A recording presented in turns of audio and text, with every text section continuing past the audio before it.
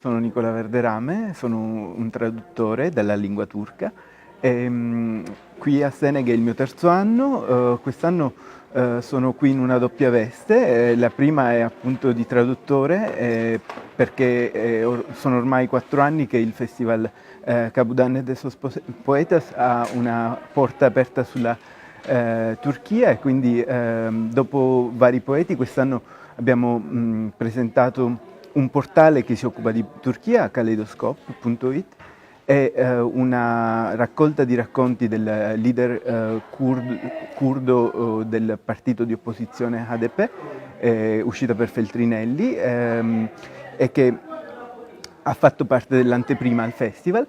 E poi come secondo appuntamento ho introdotto un libro che di fatto è bilingue, e che include le poesie di Davide Ferrari in pavese, in dialetto pavese, e in italiano. Quindi molto, per me è un grande piacere essere qui anche come traduttore che introduce un poeta.